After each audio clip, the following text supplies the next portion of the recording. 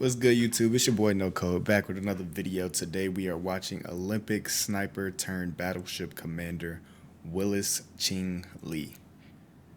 Now I have no background on Mr. Willis Ching Lee, but from him to be an American sniper, I said American. that's one of my favorite movies. In all honesty, I love that movie. I can't watch it enough. But Olympic sniper turned battleship commander, that just kind of goes hand in hand, does it not? Like, you're fire with the sniper on an Olympic scale to where you can be a battleship commander. Well, I guess not. I mean, a battleship, wouldn't he be out in the fields? You know what I'm saying? On American sniper type level? I don't know. But let's get right to the video. Mr. Fat Electrician. I already know he's gonna come with the hits, so let's get to it. Greatest gunslinger of all time, and you've probably never even heard of him. I haven't. Today we're talking about Willis Augustus Lee, aka Ching Lee. This man won 5 Olympic gold medals in a single year for shooting, then went on to become a battleship commander and used the same principles that he learned at long-range precision shooting and applied them to the massive 16-inch guns on the USS Washington to become the most successful battleship commander ever, and he did all of it with myopia. But first, a word from our sponsor. This video is brought to you. Let's go back. What does myopia mean? And he did all of it with myopia. Nearsightedness, lack of imagination, foresight, or intellectual insight. Historians have been censored for that. Myopia is treated in modern science as a Western. Oh, dang! He's a fire sniper and he got myopia. That's crazy. But I mean, what he said before too, that makes sense. But first, a word from our sponsor. This video is brought to you by Delete Me. Oh, Nicholas, I thought you would never ask. Hey, yo. Come and find out. I gotta go. I'll be right back. 1 minute. Maybe 2. Yo, what? Sorry about that. Like I was saying, this video is brought to you by Delete Me. All right, He says, Shoney, what you doing? Put the gun down. Relax. It's super straightforward. You give Delete Me money, they turn around and they make sure that data brokers on the internet aren't selling your personal information, because if Delete Me submits an opt-out request, these data brokers are legally required to take that information down and quit selling it. The problem is there's hundreds of data brokers and they make it unnecessarily difficult to submit these opt-out requests, so Delete Me does all of that for you. And yes, most of these data brokers more than likely have your information because we've all signed up for a free trial or we've all downloaded a free app, and whenever you click that little check mark that says I agree to these terms of service, inside of those terms of service it usually says, hey, our app or our service isn't actually free, and the way we make money is we use this to harvest all of your data, and then we turn around and sell that data on the internet, and that's how we make money. If so facto. And this is why we need to read TOS. Oh my God, I can't express that enough. They be trying to play with us, man, clearly.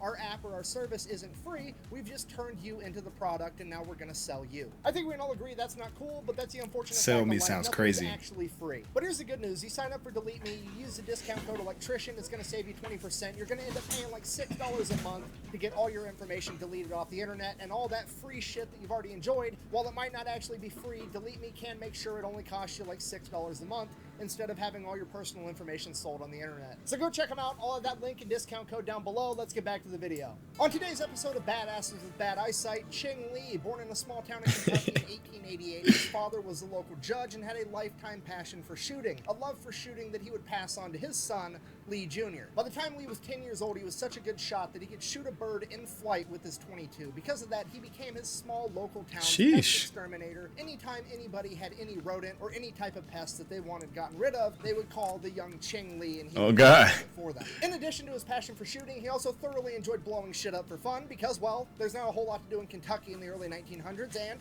America.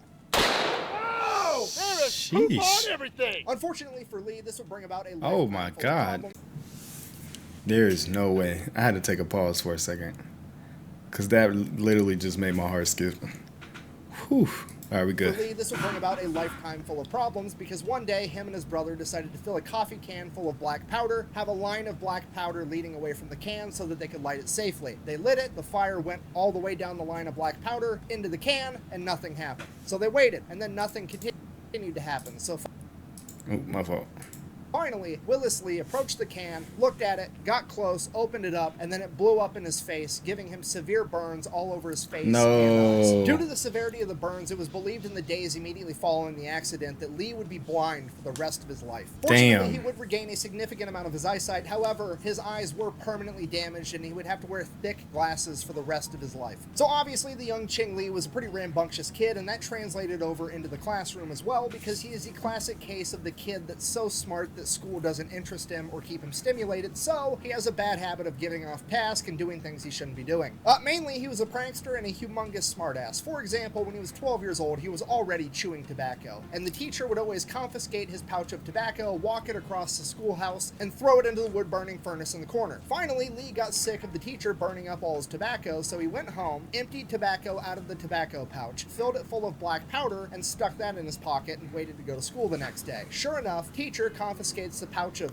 black powder, walks it over to the furnace, throws it in, blows up the entire wood furnace. And then, in this kid is a menace. When Lee got in trouble for it, he said, "Look, this isn't my fault. And his name ain't Dennis. You took my shit, didn't ask me what it was, and then threw it into fire. That's 100% on you." On another occasion, the teacher had the audacity to send Lee home because his shoes weren't shined enough. So he went home, shined his shoes, stuck paper sacks over his shoes, and tied them up top with a rope. He then walked to school and refused to take the paper bags off because he didn't want his shoes to become unshined and not be within the school's dress code. With the culmination of all these things, Lee's father realizes that he needs to get his son into the military as soon as possible, so he has some way to positively channel all of this energy, otherwise he's going to end up in jail or worse. So, being that he was already a judge, he pulled some strings, gets his kid into Annapolis at the age of 16. Annapolis is where he would get his lifelong nickname of Ching. Originally, it was a different C word that's actually a racial slur. Apparently, it changed to Ching over time, just because it was easier to say. Now, they didn't give him that name because he is Asian. He's a white dude from Kentucky. However, he does kind of look like he could be Asian. He wears round, thick glasses. His last name is Lee, and he is a huge Asian history nerd. Sometimes even going as far as signing his signature in Chinese symbols. What I'm trying to tell you is if this were modern times, this dude would definitely be watching anime. Kakarot, you've never kissed someone? Huh? No, of course not. R.I.P. to the GOAT. You know. Why? You're married and have children. Yeah, duh, but what's that have to do with kissing? You...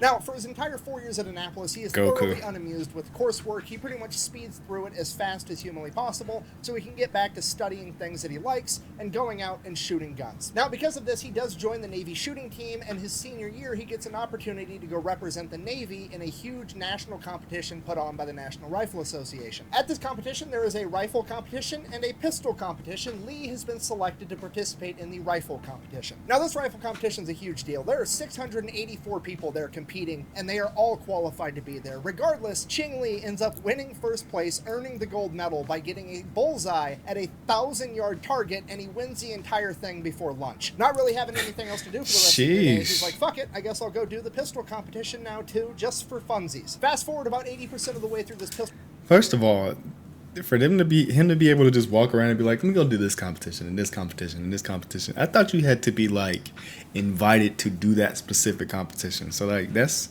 new to me.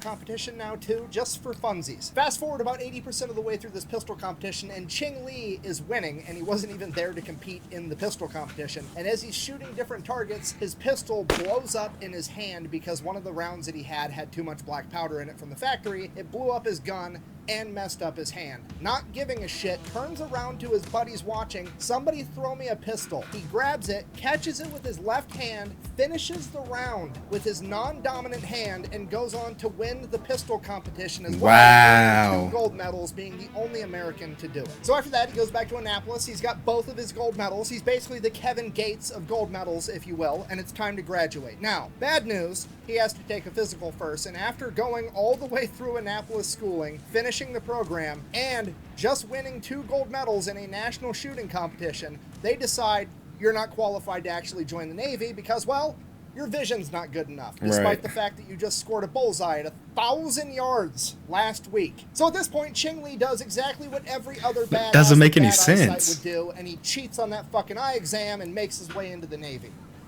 Yes! Now, as an officer in training, he gets shuffled around to a bunch of different ships to get a bunch of different experiences, figure out what he likes doing, figure out what he's good at, get him exposed to everything. That's how this is supposed to go. During that time, he actually publishes his first ever article, and it's about the proper way of shooting a pistol. It gets published in the Naval magazine, and he actually signs his signature at the bottom with a Chinese symbol again. Now, the reason I bring this up is because I like He's such a quote that he troll. actually put in this magazine. And that was, focus on acquiring accuracy before you try to acquire speed, which is eerily similar to the famous quote from also famous gunslinger Wyatt Earp, fast is fine, but accuracy is final. You gotta learn how to be slow in a hurry. My point being, game recognized game, they're both onto something, and you should probably write that shit down. Now, the young Lee finally Facts. makes his way onto the USS New Hampshire, and that is when the occupation of Veracruz happens. Alright, super brief, oversimplified version of what's happening right now. It is 1914, and Mexico is having a revolution, and the new Mexican government is not a huge fan of the United States of America. Because of that, the Tampico affair ends up happening, which is the Mexican government basically captures and detains a bunch of American sailors for a little while. It's a big diplomatic nightmare between Mexico and the United States. Because of that, the president at the time, Woodrow Wilson, decides that he's going to put an embargo on Mexico, and he's not going to let any guns into the country because he's scared that they're going to use them against America. And in April of 1914, Mexico gets a huge shipment of firearms despite the embargo. Ipso facto, Woodrow Wilson sends in the Navy and the Marines to go get those weapons back. Now bear in mind, this is 1914. There's no Higgins boats, there's no amphibious landing vehicles, nobody's doing D-Day type shit, so it's literally just a bunch of Navy and Marine dudes getting driven ashore in whaling boats, hopping out and going to find these guns, I guess, because the president said so. So, since, you know, America's basically invading Mexico, some of the Mexicans get pretty pissed off, obviously, so they start shooting at the Americans, which, you know, not super happy about it, but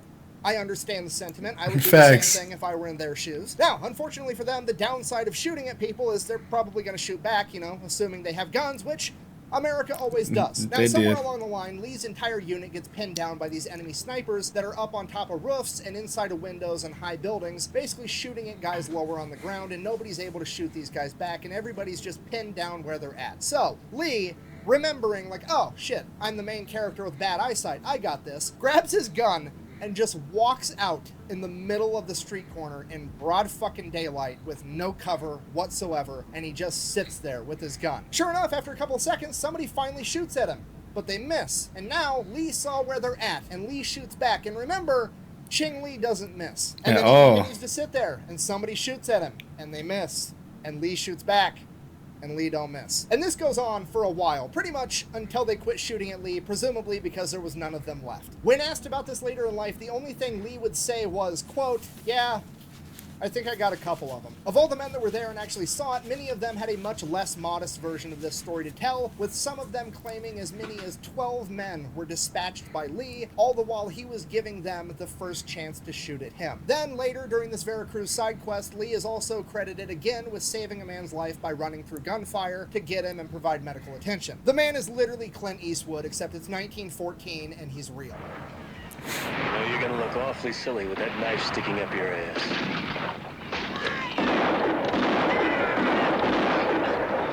You still here?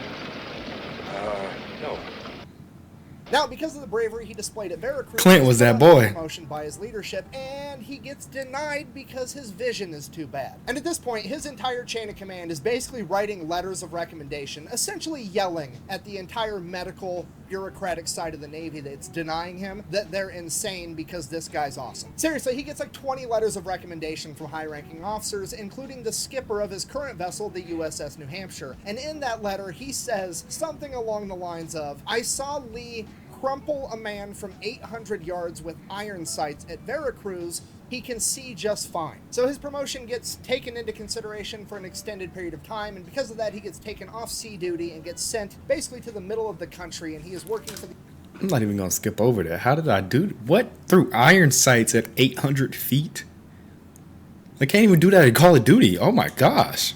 And because of that, he gets taken off sea duty and gets sent basically to the middle of the country, and he is working for the U.S. Navy, going to different factories and figuring out what these factories need to do to be able to better manufacture stuff for the U.S. Navy. During this time, he meets his wife in Oskaloosa, Iowa. Then America enters World War I, and he gets sent over to Europe, although he does not get attached to a combat vessel, so he never actually sees combat. After World War I, Lee would go on to compete in the 1920 Olympics, where he would actually win 7 medals, 5 gold, 1 silver, 1 bronze, which would turn out to be the record for the most medals won by any one person at any one Olympic Games, and that record would stand until 1980. Okay, just so we're on the same page, dude just won 5 gold Olympic medals for sharpshooting, and he's having trouble getting promoted because he has bad eyesight. Anyways, for the rest of the 1920s, Lee spends pretty much the entire time working on different destroyers, just working his way up the ranks, becoming a bigger and better leader. Now, about his style of leadership, everybody absolutely loves this guy that works with him because he has this way where he just teaches people what they need to do, and if they're not good at it, he gets them good at it, and then he just lets them do their job. He doesn't try to micromanage them. He's not up everybody's ass. He just wants to get people where they need to be so they have the skills they need so that they can do their job, and then he goes and dicks off so he can go do target practice and build traps to kill rats because that was like his new hobby. That was seriously what he was known for, building elaborate mouse traps on destroyers. He had ones that were like air guns rigged up to trip wires that would shoot rats, which is the most American shit I've ever heard of in my entire life.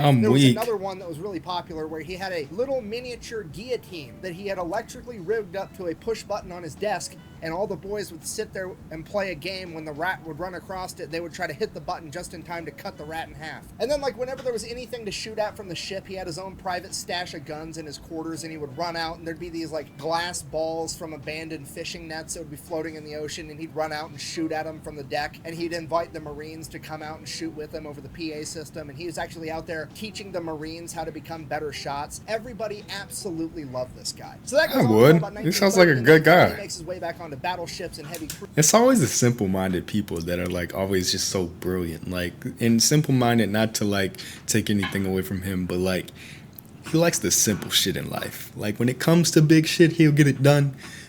But killing rats and fucking shooting at balls like inside the water, like what the hell? Like such a kind-hearted kind of guy. Cruisers, at which point.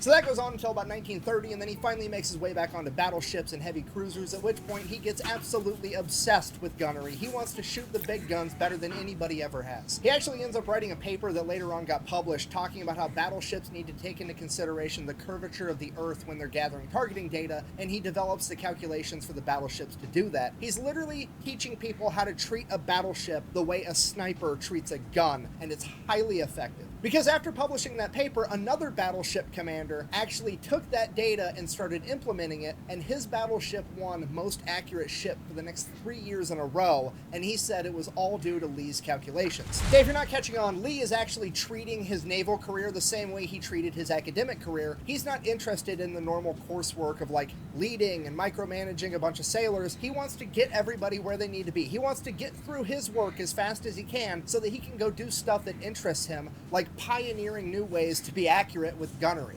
Because of this, he develops a reputation as a problem solver. So, late 1930s, they send him over to Washington, D.C., and his orders are basically, get everybody ready for war because we know it's coming. Okay, now this is probably the least coolest but most important part of the entire story. This man essentially got sent to Washington, D.C. to go toe-to-toe against the United States Navy's biggest nemesis, the Bureau of Ordnance. You bitch, God. Very helpful. I love The Office. You try to help everybody. Do you want to play another game?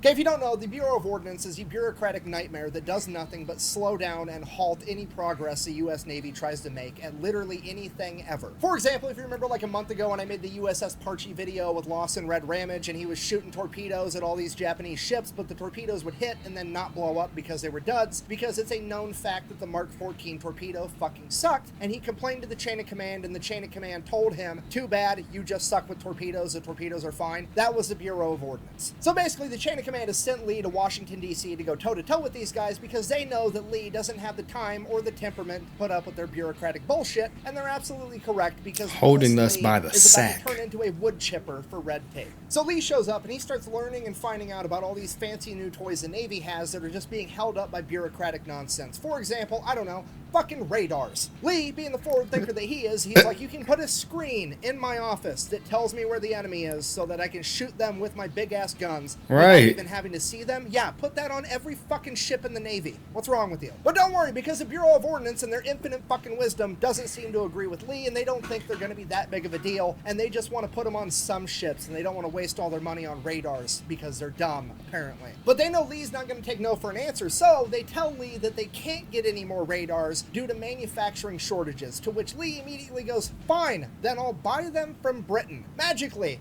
the Bureau of Ordnance found all the radars he could possibly need. Imagine that. Okay, next Right. order of business, American submarines. Their biggest weakness is having purified water because they can't purify water fast enough for how quickly they consume it, because the crew needs water and the batteries in the submarines at this point in time also eat a ton of water. Luckily, there's a new evap system that's going to allow them to have way more purified water, and it's going to be great. Unfortunately, it's held up in bureaucratic red tape. Okay, like they're there, they're done, they've been manufactured, they're ready, but the government wants to run more tests on them, even though everybody in the Navy is like, no, they fucking work. They're just not letting us use them. So Lee just walks in, issues the order to install them, and if anybody has a problem, they can blame him. So Lee's just getting shit done. He's checking things off. Now, at this point in time, whenever you're doing a bunch of paperwork for the Navy, there's like a status box where you hit it with a rubber stamp to tell everybody how important this paper needs to get through the bureaucratic process. Now, there's 3 statuses. There's routine, priority, and urgent. Obviously, in that order, urgent is He like put we need to get urgent this done on as quick as everything. possible. Now, everything Lee marked was urgent. He didn't give a shit. He needed his shit done right now because that's just the type of guy he is. But unfortunately, they were still just not getting it done fast enough to his liking. So he's like, fuck it, I'm gonna get my own rubber stamp made that said frantic. So then, whenever anybody got Lee's documentation for the first time in their entire naval career, there's a new word stamped there in red ink that sounds more important than urgent. So everybody's just like, oh shit, we're doing this first. And then Lee just uses this to keep on powering through to get more and more shit done. Next thing is to get a schoolhouse stood up for the U.S. Navy that teaches sailors how to read aerial reconnaissance pictures, because that's going to be huge in an upcoming war, because they're going to need pictures to show where all the reefs and all the atolls are, and they're going to have to be able to read those pictures accurately to get proper intel. So at first, the chain of command is like, okay, well, we'll get Hollywood involved. They know things about like cameras and shit. That's the right answer, right? And Lee and a couple of other officers that actually have good ideas are like, no, why don't we just go over to Britain and ask them to help us? We'll send a couple of guys over, get them trained by them, because they already do this really well, and we're on the same team. It would be great. Why wouldn't you do that? We can share information with them, and vice versa, and we all get better together. Hooray. At which point, the U.S. Naval Research Laboratory is like, no, absolutely not, because the United States Navy is way better than the British Navy, and we know that because we conducted a study that we verified ourselves. Yeah. Okay, now in hindsight, I think we can all agree that's dumb, and that is why Lee ended up sending a guy over there anyways for any bullshit-ass excuse that he could find, and then ended up extending his orders every time they ran short. So he was just over there soaking up as much information and training as humanly possible, and that guy would actually come back and found the naval school for being able to read aerial photography. Okay, so that's going on. Lee just keeps charging, tackling more issues. Next thing on the docket, the Mark 53, aka the proximity fuse. Okay, I cannot stress to you how important this one actually is. This is one of the most important developments in World War II, is the proximity fuse. Okay, it is basically the new type of anti-aircraft ammunition. Your only options prior to this were like shooting basically birdshot up at planes and hoping you fucking hit them, shooting 50 cals up at planes hoping you hit them, literally trying to hit a plane with a bullet, or you had mechanically timed ammunition where you were shooting it and it had a timer and then it would blow up in midair and you're just hoping that a plane happens to cross at that exact moment and everything works out. You're basically playing the lottery with all of those until the Mark 53 proximity fuse came out. Okay, it's a little more complicated than this, but it basically has its own tiny little miniature Doppler radar inside of it, and when it's flying through the air, that Doppler radar is emitting signals and it's reading anything bouncing back at it. And once something gets close to this ammunition, it starts sending the signals back, and when it gets close enough and those signals come back frequently enough, it knows that it's near a plane in midair, and it just blows up on its own when it gets near enough to the plane. Okay, it's the first type of ammunition that actually knows where the plane is and blows up at the right fucking time. It's a big deal. So naturally, the Bureau of Ordnance is like, wow, this thing's incredible. This is a total game changer. We're gonna go ahead and get in the way for no fucking reason. You wanna know what they say? I'm gonna tell you. Why are they just holding sack? Like, it doesn't make any sense. It's like the parent that knows you're having a great time and it's just like, I don't like that. Let's cut that out. Cut it out now. Like, what? They say it's incredible. This is a total game changer. We're going to go ahead and get in the way for no fucking reason. You want to know what they say? I'm going to tell you. They say that you're not going to be allowed to use that new ammunition until it has a 100% reliability rating. Okay, I'm going to go ahead and say that again, but slower. The Bureau of Ordnance said that you're not allowed to use this new ammunition until it is 100% reliable. Okay, do you understand how fucking stupid that is? You know what's 100% reliable? Nothing. Nothing is 100% reliable. Fucking condoms don't even have 100% reliability, right? You want to get technical? Fucking abstinence isn't even 100% reliable because Jesus was a thing, okay? I'm pregnant. From my finger? No, you don't understand. God has blessed me with his child. You banged From my finger? Kevin God from South Nazareth? You want to know how smart and forward-thinking Ching Lee is? It's like 1939, and he already knew that the future of naval warfare was going to be all about the carriers, and he's 100% right. But he knew at this point in time, okay, because they came and they wanted to build this class of American heavy cruisers. It was going to be the Alaska class. They made 2 of them, but they wanted to make like fucking 10 of them. And Lee came in and was like, no, those are dumb. You shouldn't have made the first 2. Take all those resources, all that money, all that everything, build more fucking aircraft carriers. He was very adamant about it from the very start, and he ended up being right, and that's exactly what the Navy did. And it had a humongous impact on World War II. Okay, so bearing in mind that he knows that the future of naval power is going to be all based off of carriers and planes, he goes and adopts a strategy that every American ship, we're done. We're done with these like pretty observation decks and shit. If there's room on the deck, we're putting anti-aircraft guns. Every American ship is going to look like a fucking porcupine covered with 40mm Bofors and 20mm Oerlikons. Okay, the only problem, he needs all of the guns. As they This should. dude sits down and does the math and figures out how many 20mm Oerlikon, how many 40mm Bofors he needs to put on the decks of every ship in the U.S. Navy and puts in a purchase order for it, and it gets kicked back because they're like, well, we're not going to put all these on the decks of the ships because, you know, we just don't think that we need that much. And Lee is like, cool, didn't ask for permission to put them on the decks. Do I it just anyway. asked to order the guns. To which they're like, shit, he has the authority to do that. And they stamped his thing approved and send it back to him, and he gets to order the guns. Then he whips out the old eraser because he filled out the last half of the work order in pen, and after it says order guns full stop, he erases the full stop and then writes down and install them on every ship in the Navy. Full stop. And then that's what he does. And then every time a ship comes back into port, it's just like an army of naval dudes come on and just put anti-aircraft guns on everything, everywhere. Then December 7th, 1941, the attack on Pearl Harbor happens. At this point, everything changes. Admiral Ernest King, like top dog at the Navy at this point, looks over to Lee. He's like, this guy gets shit done. I need somebody to make sure that the rest of the Navy is taking this seriously. So he promotes Lee to the Admiral of Fleet Readiness, and it is now Lee's job to make sure that the entire U.S. Navy is like ready for war and treating this how they need to be treating this. And Ching Lee's immediate concern is security because they're way too lax. Okay, they're not even checking IDs, they're just letting people through, whatever. I mean, the orders have changed, like they've been told, hey, button this shit up, there's gonna be spies coming, like whatever, but doesn't mean they're actually gonna do it. So Lee's gonna get to the bottom of that. First things first, remember, prankster at heart. He goes, gets a new military ID made, except this one has a picture of Hitler on it. He then proceeds to go and see how many maximum security naval institutions that he can get into with a U.S. Navy ID with a picture of fucking Hitler on it in World War II. And guess how many he gets into?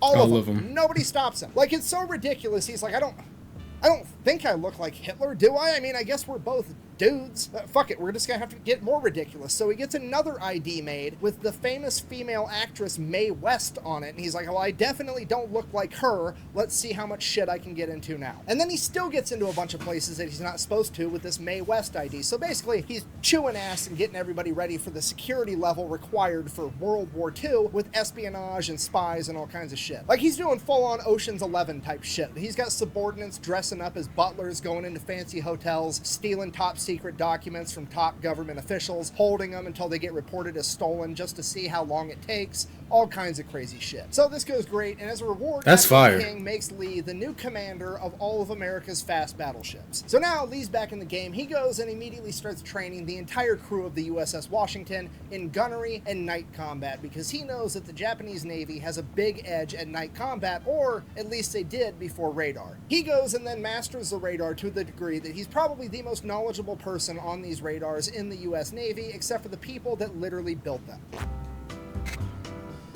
Sorry, I ran out of time and I had to catch a flight, so we're finishing this video from Texas in my friend Eli's studio. Anyways, back to the story. Not only is he training all of his guys in nighttime combat, he also has to basically go back through and retrain his entire... Yo, salute this man. What? He said, I gotta get this done. It's important. I'm gonna get it done. We in Texas. I got a studio. I got a mic. I got a camera. Play. Like, what?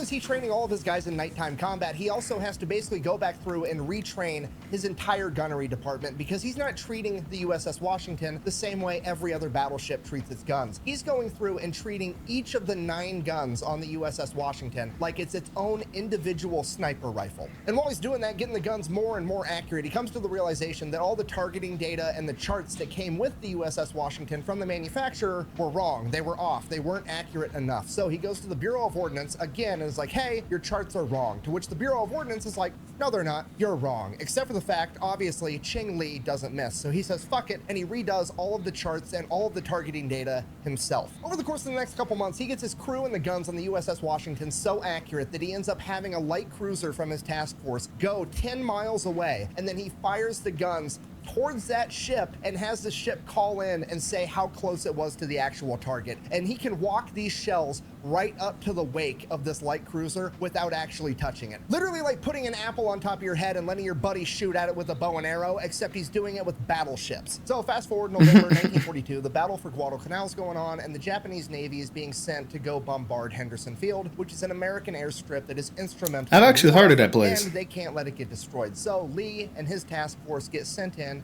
to go defend it. And right out of the I'm remembering stuff from school.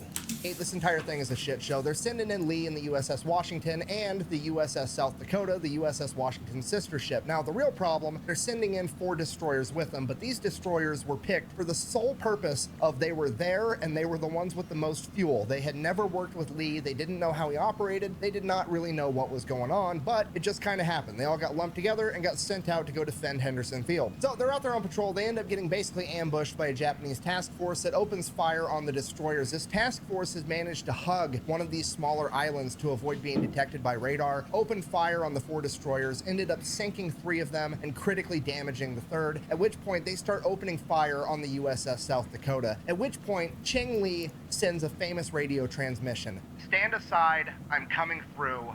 This is Ching Lee. Now, this Japanese task force has a couple of destroyers. It also has the IJN Otago and the Takao, both of which are heavy cruisers, and they have their flagship, the IJN Kirishima, which was originally a battle cruiser, but in the 1930s, it got a bunch of upgrades in armor and firepower, having it reclassed as a battleship. This is now a battleship versus battleship fight. The Japanese task force is continuing to target the South Dakota. Lee sneaks around the backside, clears the South Dakota, turns all 9 of his guns, and opens fire directly at their flagship, the Kirishima. And with the first salvo, he hits, and then he keeps hitting, and he hits more, and he's hitting the enemy so hard, so fast, so accurately, they don't even start returning fire. And within the span of 5 minutes, he manages to hit the Kirishima with 20 main battery hits and 24 hits from his secondary 5-inch guns. Each one of those shells is 16 inches in diameter and weighs 1,700 pounds. Willis Ching Lee just bitch slapped the Kirishima with a goddamn dealership in 5 minutes. Okay, just so we're on the same page, the Kirishima has now been reclassified twice. The Japanese upgraded it and reclassified it from a battle cruiser to a battleship, and Ching Lee has now just downgraded it from a battleship to a fucking coral reef, and he did it in 5 minutes. This is the last time in world history that a battleship sank another battleship in combat. Now, at this point, the USS South Dakota's had so many electrical problems that the guns are down and the radio's down. Lee has no way to communicate with the South Dakota, but he can tell that it's trying to pull away from the fight, and it's still getting attacked by the 2 Japanese heavy cruisers and the destroyers. So Lee, not knowing the status of the USS South Dakota, decides that he is the most able man in this fight, and he needs to get all of their attention so that they can come fight him instead. So he opens fire on the heavy cruisers, trying to get their attention, which he gets. He then proceeds to go the opposite direction as the USS South Dakota so that they quit chasing it down and they chase him instead. So they're chasing him down, but here's the problem. They're chasing him. They're behind him. He can't turn the ship around to shoot at him with the big guns without getting shot in return, and he doesn't want to get his boat shot up because this isn't a boat, it's a goddamn precision instrument, okay? This is a giant fucking sniper rifle. I don't want to be taking shots. So he comes up with a better plan. You see, he hasn't just been working on the gunnery skills of the 9 16-inch guns on the USS Washington, he's also been doing it on all of the 5-inch guns as well, and those turrets can still turn around and hit the enemy. And they are so accurate with their fire that Lee orders them to start targeting the searchlights on the other ships, and they start blowing all the lights out so they're not going to be able to see the USS Washington at night. And then they start firing star clusters, which is just white phosphorus. The reason they do that is because, remember, the Japanese don't have radar. That's not how they're targeting the Washington. All their targeting has to be done optically. So now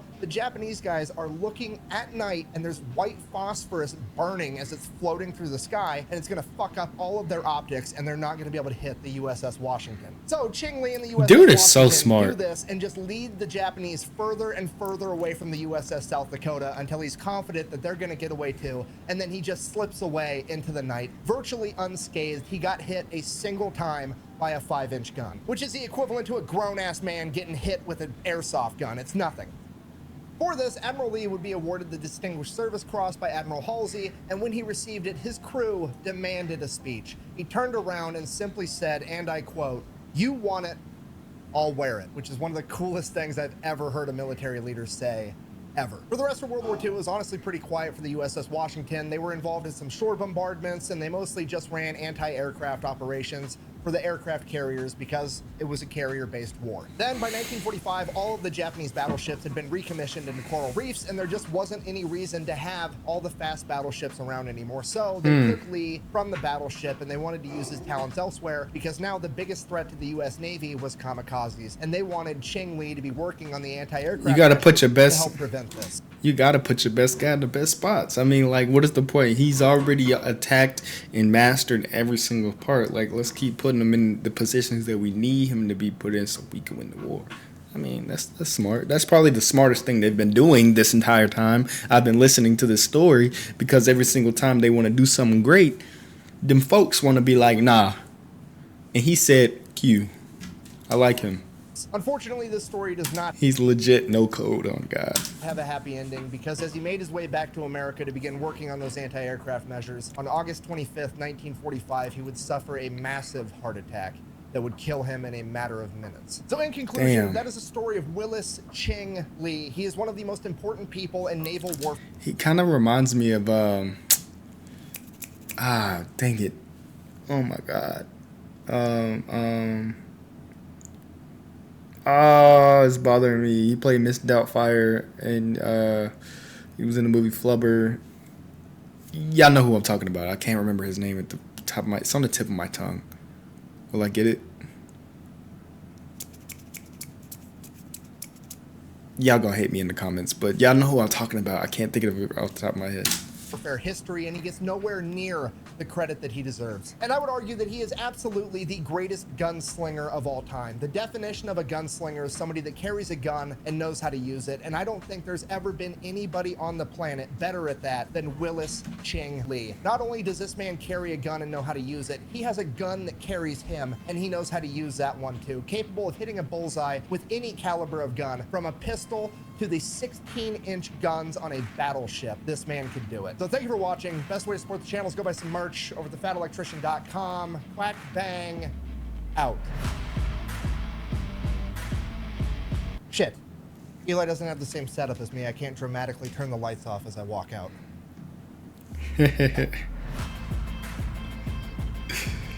Another W video. I appreciate Mr. Fat Electrician for the informative videos he keeps providing, not only me, but to you all, and you all coming and watching my reaction to his videos. Another W video. I can't, you know what I'm saying, stop watching them at this point because, I mean, they're just great. I mean, there's no way to put it. Like, but if you guys haven't already hit that subscribe button, man, we've hit 2K. I appreciate you guys so much, man. Like, you don't understand how happy that makes me that we're pushing up the scale. You know what I mean? Like, we're pushing up, and we're not going to stop until we hit the top. So if you guys aren't already hitting that subscribe button, make sure you hit that subscribe button. Join the No Code family, and let's continue growing, man. Make sure you also throw a thumbs up on that thing. Drop a comment down below. Mention some videos that you possibly want me to see, and just comment along, you know, with the video, man. If you got any little side stories or any more information you wanted to add that he might have missed that I don't know how he missed, but if he missed some, man, drop that info down below. I love to go back in the comments and react to all of you. So keep doing it. Y'all have a good rest of y'all day. Peace.